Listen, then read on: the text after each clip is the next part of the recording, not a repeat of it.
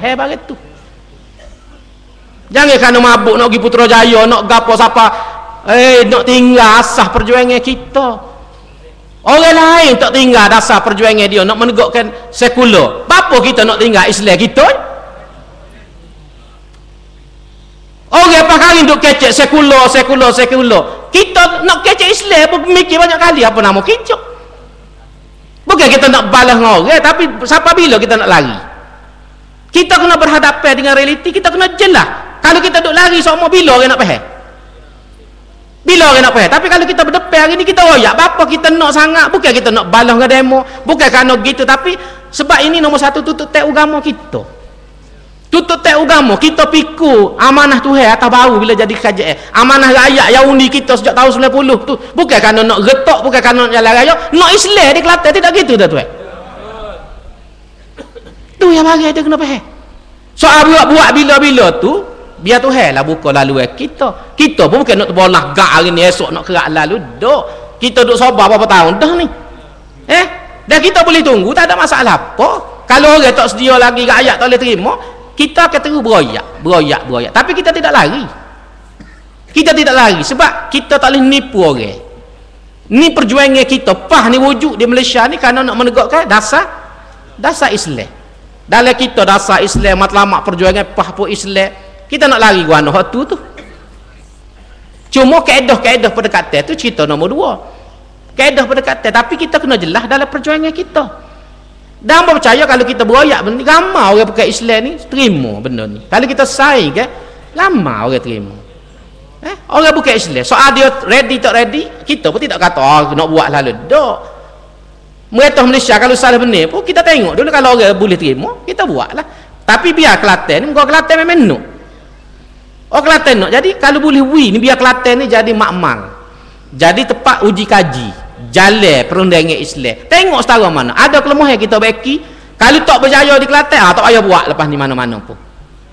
Lagu tu. Tapi kita yakin kalau kita boleh buat di Kelantan, insya-Allah kita boleh buat banyak di Kelantan. Dan hamba yakin muka kita orang Islam. Kalau kita tak yakin berapa lama hijau kita. Kita yakin sebab bila suatu benda yang Tuhan suruh, mesti ada kebaikan daripada benda hak Tuhan suruh pada kita. Dan kita akan terus jelas kepada orang, bukan nak baluh.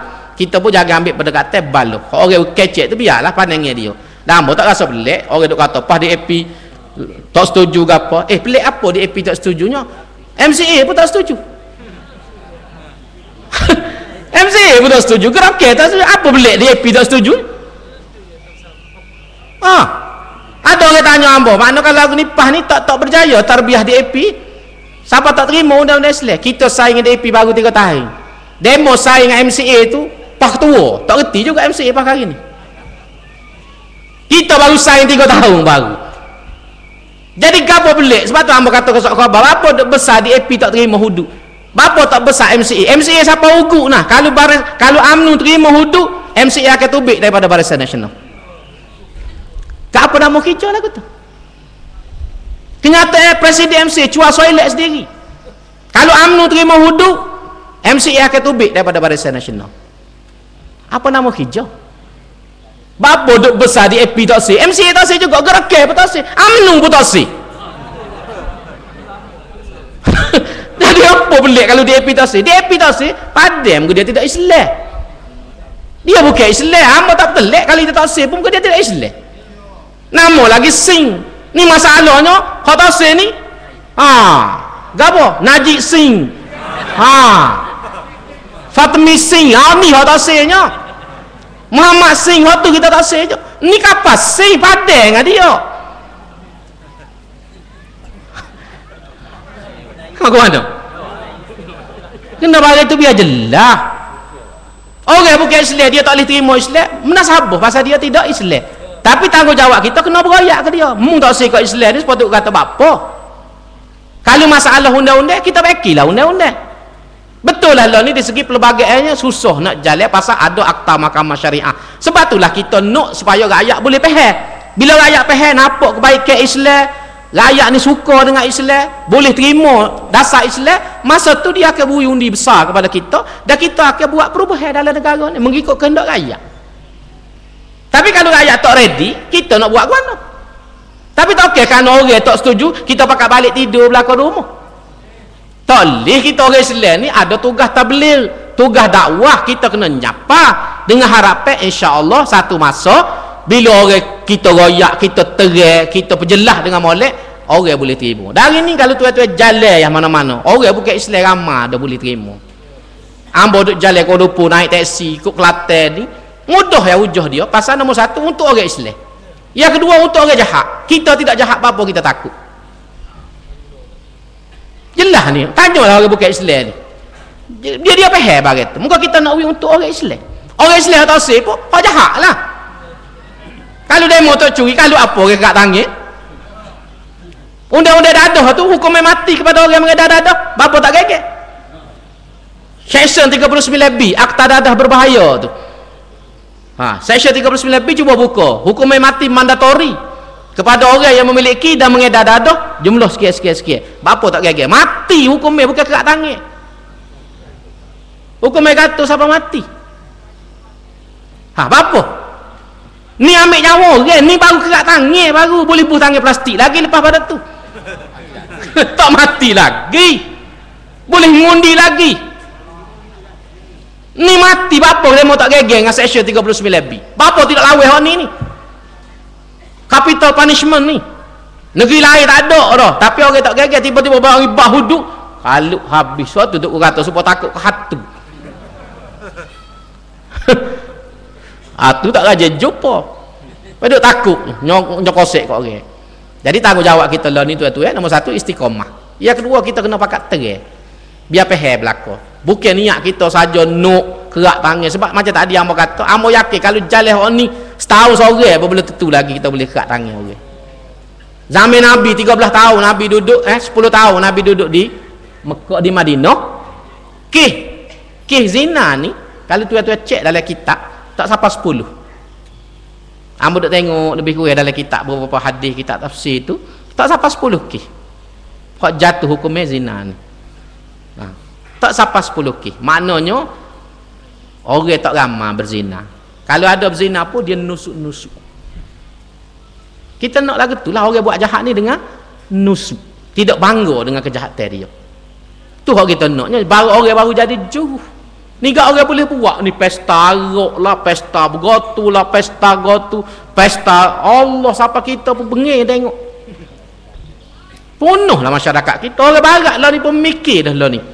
Jadi hak ni penting kepada kita tuan-tuan. InsyaAllah kita duduk atas kepahaman ni dan kita berdiri berteguh di belakang Tok Guru dalam isu ni untuk agama kita dan untuk masa depan masyarakat kita insyaAllah. Hamba rasa setakat itulah boleh sebut ni sebab hamba sebut dah Tok Guru tak ada hari ni, tapi hamba tak panjang lagi. Setakat itulah hamba ada program lain. Hamba minta maaf kalau ada bahasa yang terkasar dalam penyampaian yang tidak teratur pada pagi ini. Dan untuk makluman sekali lagi, esok ada start hari ni sebenarnya sambut 10 tahun pah di Kepala Batah Pulau Pinang dekat rumah Dolo Badawi.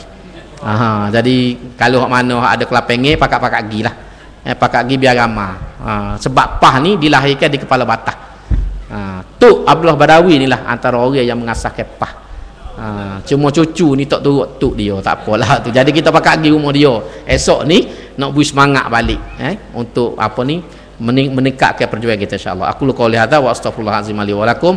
Assalamualaikum warahmatullahi wabarakatuh. Baca doa sikit. Bismillahirrahmanirrahim. Alhamdulillahirabbil alamin.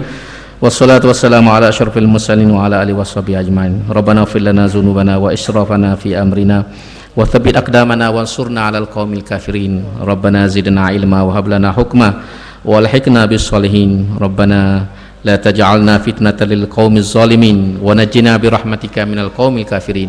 Allahumma alih baina qulubina wa aslih dzata bainina wahdina subulas salam wa najjina minadh dhulumati ilan nur wa jannibnal fawahisha ma zahara minha wa ma batan.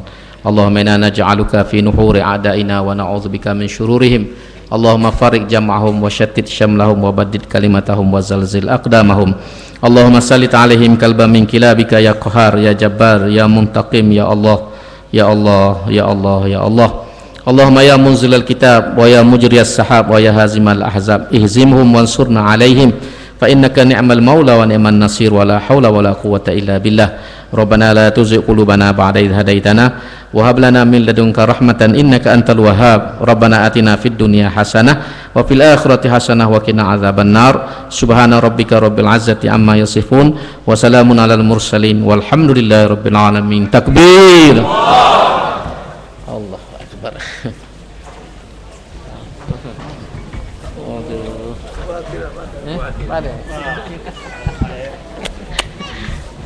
Allah.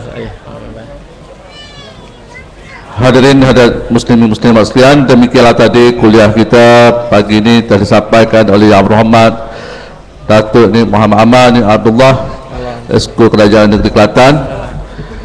Satu pengumuman majlis ilmu sempena dengan Haul Iman Habib Abdullah Al-Haddad pada 6 dan 7 Oktober 2011.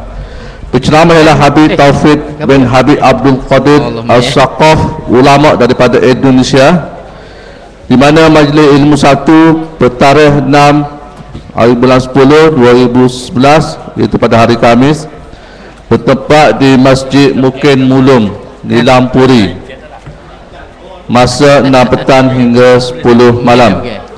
Majlis ilmu kedua tarikh 7 Oktober, iaitu pada hari Jumaat, bertempat di Masjid Pondok Pasir Tumbuh Kota Baru, jam 2 petang hingga 3:30 petang. Manakala terakhir majlis ilmu ketiga bertarikh pada 7 Oktober, iaitu pada hari Jumaat, bertempat di Masjid Mukin Saloh Kota Baru, masa 6